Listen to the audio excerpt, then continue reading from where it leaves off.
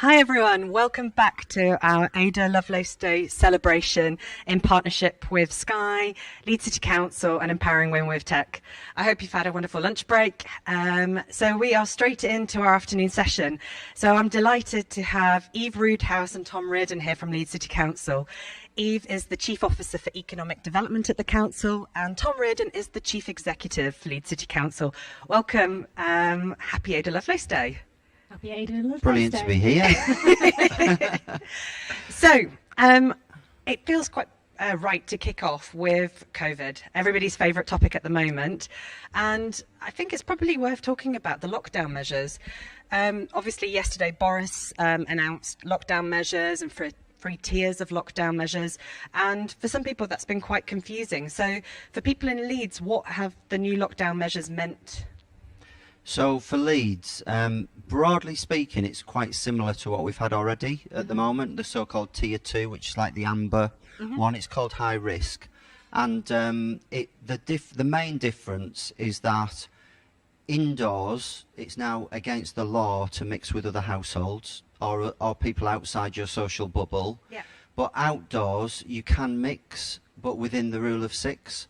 So it's quite a simple, it's actually quite a helpful change where it's a bit simpler for people to remember. Yeah. So it doesn't matter if it's your garden or a beer garden or a pavement cafe, the public park, you can meet within the rule of 6, obviously keeping your distance, but indoors it's against the law.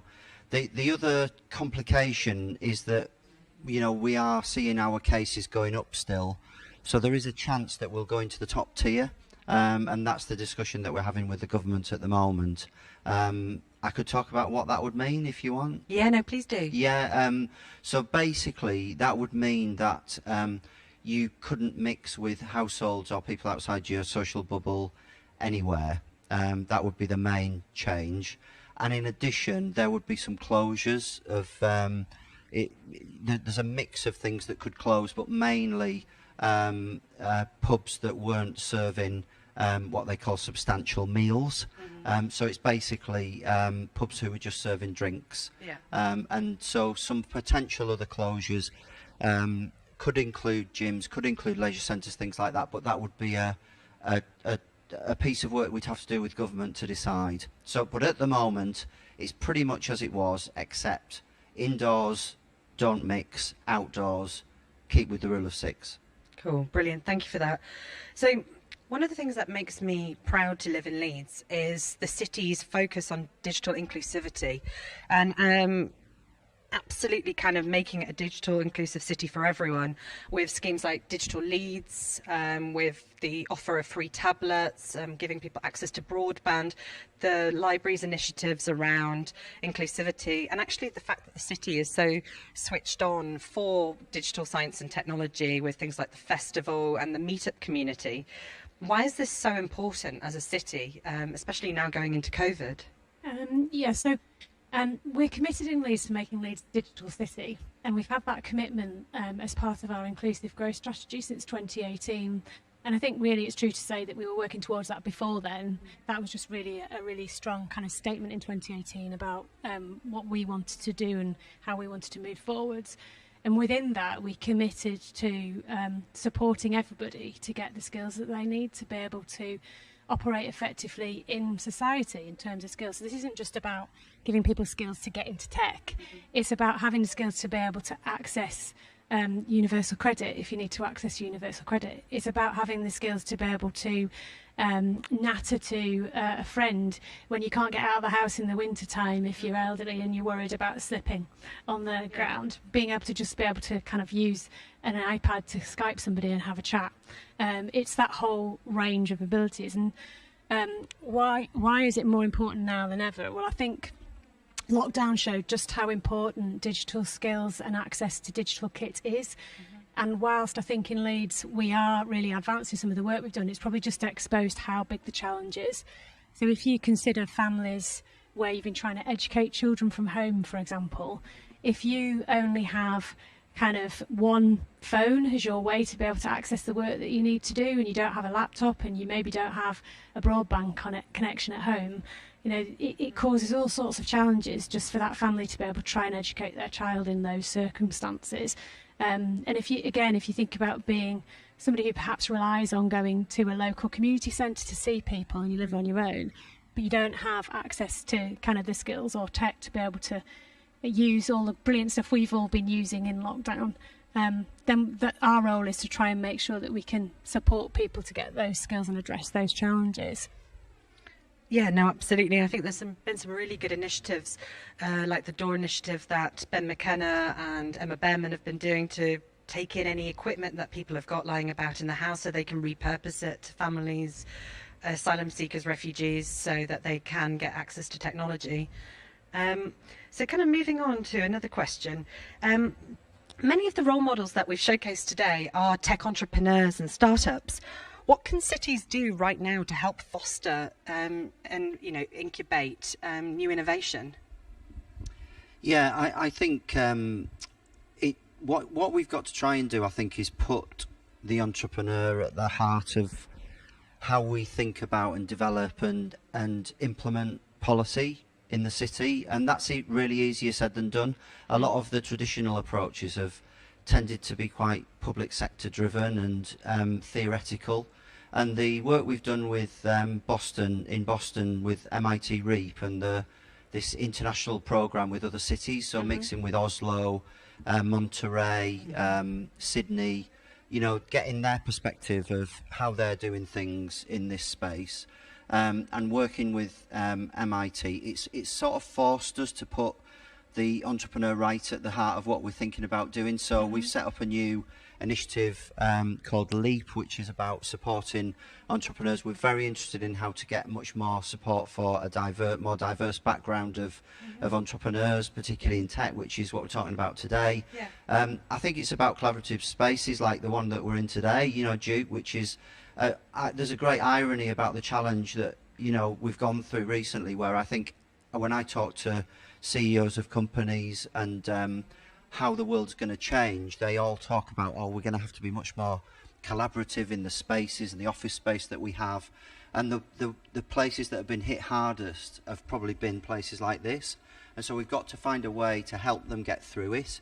And I think, you know, the way that new offices are going to be laid out, the way that we're going to work in the future, I think is going to be much more about not closed barriers to these big companies, but trying to open them up to get more interaction between entrepreneurs and the big corporates in a city, the law and finance sectors, the council and others. And we know we're not perfect and we're not there yet, but we're trying to address it through these new programmes. Yeah, no, absolutely. So, Tom, you recently headed up the NHS Test and Trace programme, given sort of less than 3 weeks, I hear, you know, to actually run, you know, such a large nationwide programme. For many of us, that's quite a daunting task to be asked. You know, how did you go about approaching, you know, being asked about it, and what were your experiences as, you know, running it? Yeah, well, my advice to anyone is to don't answer the phone on a Saturday morning, because and it was one of those where I've been asked before to do things nationally, and I've sort of turned them down really, because I love Leeds and I love Yorkshire and working here, and that's where I've sort of made my way, I guess. But it was one of those where it was like it wasn't quite your country needs you, but it was sort of, we really need people to help us, because this thing is going to be massively important for the the future of the country and sort of saving lives. And so I had to do it really.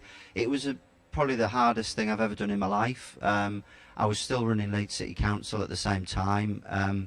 I did it from my bedroom basically, so I was doing Zoom calls with the dog on the bed with the Prime Minister and Cabinet and Rishi Sunak, and the dog nearly, knocking the iPad over and stuff.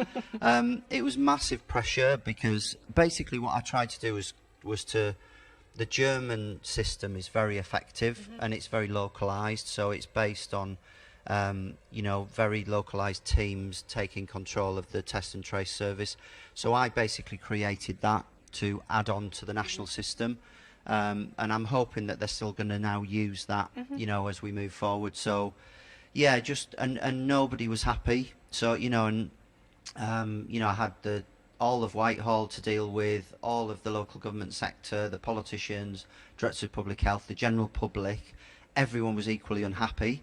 And I went from being bothered about being on page 7 of the Yorkshire Post to being not really bothered about the front page of the Times and the Today programme. So, yeah, it was just such an amazing experience working with some brilliant people. But hopefully it made a bit of a difference, and it hasn't quite pushed through yet, but I think it will do in the next few months, and hopefully it can make a difference. Didn't you get a blue tick on Twitter during that period of time, Tom?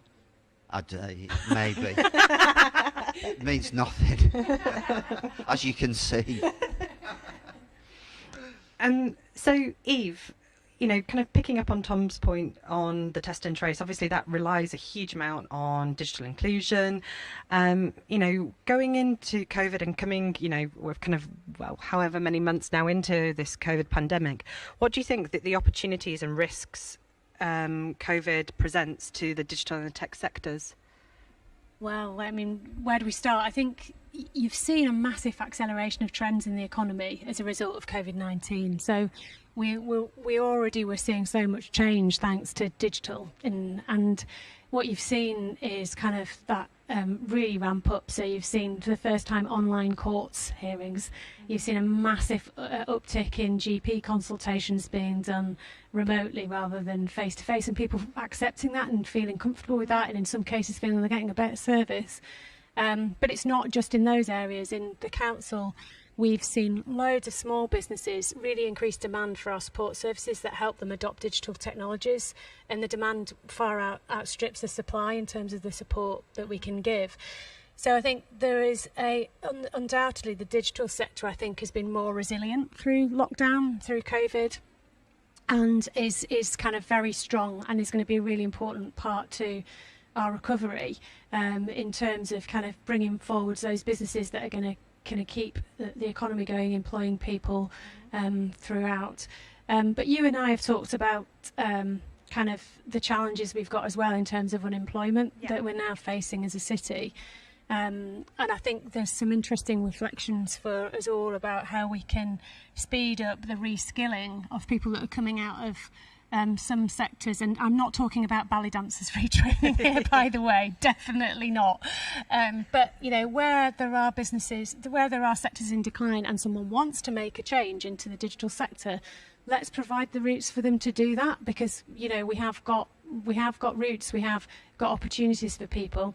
And we're seeing kind of programmes that Sky have done for Get Into Tech and other businesses across the city, and it's how do we kind of get those things really aligned to try and give people opportunities where they want to take them. Yeah, no, absolutely, and I'm absolutely proud as Punch for Get Into Tech that offers a 3-month coding course for women to gain coding experience over a 3-month period, and we've had other people like the BBC follow suit with things like Step Into Tech. But it is an interesting point around the fact that redundancies are unfortunately on the rise, and we're going to start to get onto the scene these amazingly talented people who have leaps of soft skills, core skills, transferable skills. Yes, they don't have potentially huge amounts of digital or domain experience, but that stuff can be easily taught. But actually, stakeholder management, empathy, teamwork, being a great line manager takes time to hone those skills. Mm-hmm. So how do we, as a sector, I guess, try and reword job titles or create more opportunities for these people to sidestep in? Because for some of them, I suppose they won't want to go in at an apprentice level or a graduate level because they're potentially, more advanced areas of their career. Yeah, and I think you and I both know from having spent some time both working in digital before I joined the council that actually having that diversity of thought, people with those experiences from different backgrounds, is really, really valuable in your team, because you get different perspectives and you get a better product, in the process. So, yeah, we at the council will try and carry on convening and collaborating with employers across the city to encourage the work that we've already been doing around apprenticeships and so on. But equally, making sure people know about what's available at brilliant colleges like Leeds City College in terms of kind of retraining and capacity there, as well as some of the private sector stuff you can see from North Coders, for example. Yeah, no, absolutely. So on a day celebrating inspirational role models, who are your role models and why? I always find this really hard. I mean, there were some individuals who really massively affected my life. So, you know, I won't go through the family and everything, but, you know, there was a teacher who sort of saw something in me that no one else saw, and he got me to apply to uni, and, you know, that was massively important for me, a guy called Adam Chedburn. There was, you know, somebody who really helped me in my career is someone called Ruth Redfern, who was my sort of number 2 at Yorkshire Forward. She was my... I was the nice cop and she was the bad cop. And she taught me so much. She's profoundly deaf, and she really taught me about understanding individuals and empathy, and how to deal with she was very proud of her her deafness, and, you know, so, you know, there's people like that. And then globally, you know, I on Ada Lovelace Day, I mean, Michelle Obama, I know a lot of women and girls would talk about Michelle Obama, but I think she's amazing. And I just think, you know, the way that she's utilised her role in such a subtle way to influence people, I should think, you know, you could argue she might have as big an impact on people across the world as her husband, you know, in the way that she's done that. And I just think she's massively inspirational. So yeah, that would be my list for today. That's a good list. Yeah, so I think for me, probably a bit like Tom, there's a few people I've met as I've gone through my career that have really influenced me. So in my very early days working at Deloitte as a consultant, there was a lady called Anne Helen, and she worked 3 days a week, and she was the best manager I had at Deloitte. And it was how she organised her time, and she made sure that we were all clear on our objectives. And it gave me the confidence, funnily enough, even in those very kind of formative years just starting work, to know that at some later stage, if I wanted to work part-time, I could do the same. And I kind of took all that. I remembered how she worked, and it really then, years down the line, I had the confidence to know I could do that. So she's got kind of one of my role models going backwards. And then kind of in terms of, you know, kind of me now and looking forwards, there's 2 kind of people I've had the pleasure of working with. One of them is Tom, and another is Kieran Devane, who's now the Chief Executive of the British Council, both of whom I would say are very kind, generous leaders who gave me the confidence to believe that you can be a leader and you can be honest and you can be kind. And you can be true to yourself. So I'm really grateful for that. I said to Tom it would sound like I was sucking up when I said it, but it is true. It's true, and it is a pleasure to work for Tom. And that's what I aspire to be. And it's great to have people around you, or have worked with people that you see that in them, and you think, yes, I can be myself, and I can be kind, and I don't need to be a shit to be a good leader.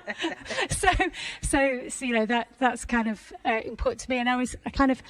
And I think one of the things I would say is that kind of, although I really, really believe you need to have kind of people you can see as role models, the one thing that I've really tried to do, and I've always advised others when I'm mentoring them, is every single step of your career, watch your boss and the people around you and pick the stuff that you really like about what they do. Think, I really love the way they do that. I really don't like the way they do that. Bank it so that when you're in those positions, you then think, oh yeah, I'm going to pull that trick out that person did, but I'm not going to be like that because I didn't like that bit. And beg and borrow and take bits, but also always be authentic to yourself, but observe throughout your career and observe carefully, and then take that on board and use that for yourself. Yeah, no, absolutely. I think that's a really good recommendation. And I think, you know, one of the things Viv Groskop said at one of our events in September was, you know, you can be influenced by these amazing role models like Michelle Obama, but don't try and always emulate them. You have to find your own style. And I think that probably is a key thing in leadership, is that you take all of the, you know, sort of inspirations from other role models around you and into this sort of melting pot of different influences. But then ultimately, would you agree that the key to leadership is, I guess, authenticity, right? Yeah, definitely. And I think one of the hardest things, I don't know whether it's a northern thing or you know, a sort of, I don't know, state skill thing or whatever, but I I always found the thing that I managed to find that I never had when I was growing up was self-confidence. And if you can get a sort of inner be comfortable with yourself, I think all of us find that really hard. We all sort of look at our sort of weaknesses, and if you've got friends like mine, they always tell you what they are as well. But you know, it's trying to find a sort of inner strength that you can sort of fall back on, but then allow people to, you know, be open to criticism and, you know, different views, and not try and be put off but too much. I think as you're going through your career, it's really easy for someone to say something to you and it really stays with you, like that teacher who said something to you that you were like, because we've all got the teacher who said the brilliant thing, but we've also got the teacher who was like, I'm going to prove you wrong. But you know, I think it's just this thing. I think particularly for you know, I've got a daughter, and for girls growing up today, you know, just being comfortable with yourself and be yourself, and that is fantastic. And if people don't like that, then, you know, find other people who will, you know. And it's so hard in this day and age with, you know, social media and everything else. But I would just really and that's what people like these days. They don't like people who are not really what they say they are, and they'll forgive you things if you're just being honest, much more than if you toe a line. And I found that really important in my job, because we've had the cuts, and you know, we've got some more coming, and the staff of Leeds City Council, the thing I like most is to know what's happening, and I'll be really honest with them about that, and I think that's more important than anything. Yeah, no, absolutely. And so final point was, many of us are missing our work colleagues and being in the office, but potentially maybe not missing the commute, especially for those who are using public transport in the north. I know that, you know, I was remembering what it was like kind of back in March, and I was on, I think, the most cancelled service in the UK, which was, I think, the Harrogate to Leeds line. Do you think that the standard days of working in an office 9 to 5 are over, with many of us embracing hybrid working conditions? And if so, what impact do you think that will have on city centres? We could spend another half hour talking about this topic. I think we're probably both worth giving an opinion on this. So from my perspective, I don't think it's definitely not the end of the office. I've talked about acceleration of trends before. So many digital businesses are already ahead of the game in terms of the type of spaces that people want in offices now going forwards, in terms of collaboration space, along with still having meeting rooms, but just using space differently to make sure that the time you have together is meaningful and valuable. And we know that there are lots of people who want to be in the office for mental health reasons, because they don't want to be lonely, but also for productivity. There is only so long you can do all your work kind of just working from home. So I don't think that the office is dead, but there is a broader question about the future of the city centre, isn't there? Yeah, I think it's I think some things are going to be exactly the same. Not everything is not going to change. You know, some things will be the same. Cities, people love cities. They love coming to them. They might not love coming to them at the same time every day and leaving them at the same time every day with a load of other people crammed into a sardine can. I think that will change. I think that, you know, the difference, there'll be a different balance, but cities will still be here.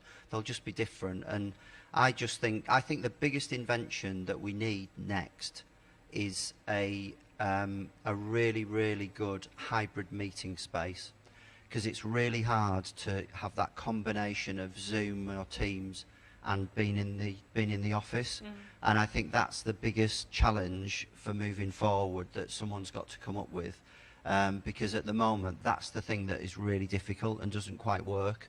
If you have one or the other, it's all right, but both is hard, and we're going to have to come up with it. So that's what I'm looking for next. Brilliant. And so my final question is, mental health is something that you take quite seriously as a campaign within Leeds City Council. Tom, yourself, you're the mental health champion at the council, and you've spoken quite openly and candidly about your experiences in this area. You know, in COVID, I mean, I spoke at the beginning of how difficult I found lockdown with my own mental health with 2 young children, and trying to work hard as well. And you know, for people, they've all had their own separate challenges, whether it be with isolation, whether it be with, you know, some of the unfortunate things we've heard around rises in domestic abuse. You know, as a council, you know, what have you guys done around the mental health agenda, especially into COVID? And a follow-up question is, you know, what advice would you give to people who are struggling right now as well? Yeah, I mean, we've done loads, and we continue to invest in mental health services, and the you know, the team that we've got doing the work is fantastic, and there's sort of specialist support that's in place that's really important. Anyone who's younger, I'd encourage them to look at the MindMate website, which has been put together by young people, and it's fantastic. And then we have a sort of adult version of that as well. We're working with all the health trusts in the city, and also lots and lots of companies to become mindful employers and have a sort of way of working which encourages that. So there's loads of stuff that we're trying to do. My advice to everyone is to just give yourself a bit of a break. Everybody has been challenged by this. You know, it's probably been the hardest thing that any of us have had to go through, not maybe on an individual basis but collectively. And I found it incredibly challenging, and probably got to the edge of doing the national job and my own job of what was possible for me physically and mentally to do. I just think we all need to be kind to each other. You know, I know it sounds a bit twee, but it's true. And a random act of kindness once a day is the biggest leadership thing that you can do. Just thanking someone, just saying to them, "Are you all right?" You know, just asking them how things are. It makes such a difference, and to know that you're not the only one is quite a big deal, actually. And it'll finish, it'll pass. We will get a vaccine. We will get a time when we're all going to love mixing again, going to gigs, going to football matches, you know, coming back to cities. It will change. I think 2021 will be an amazing year. It might not be the first part of the year, but when we all have that energy release of being able to do that again, and we sort of remember what it was like, I think we'll, you know, there are brighter times ahead, but we've just got to get through this tough period now. And I think, you know, to look at it glass half full, you know, it maybe took a pandemic to do it, but it has put more of a focus on mental health. And, you know, we are dealing with decades upon decades of stigma that need to be broken, and unconscious biases. And so I think that looking at it glass half full, that sense of community, you know, getting letters through, the posts from neighbours that I don't even know going, look, I don't know you, but if you're, you know, ill or you need some help, please text this number and I'll happily help you. So I think it's kind of shown some of, you know, the best of us, if that makes as well. Without a doubt, yeah, and absolutely. And I think just rediscovering your very local life, you know, whether it's like walking around and seeing things in nature that I think people have really. My son's got into gardening in a big way. It's like, you know, it's you know, I think there's lots of and just that human connection that you forget is so important. So yeah, we've got to take the lessons from it, but we've also got to remember that we will get through it.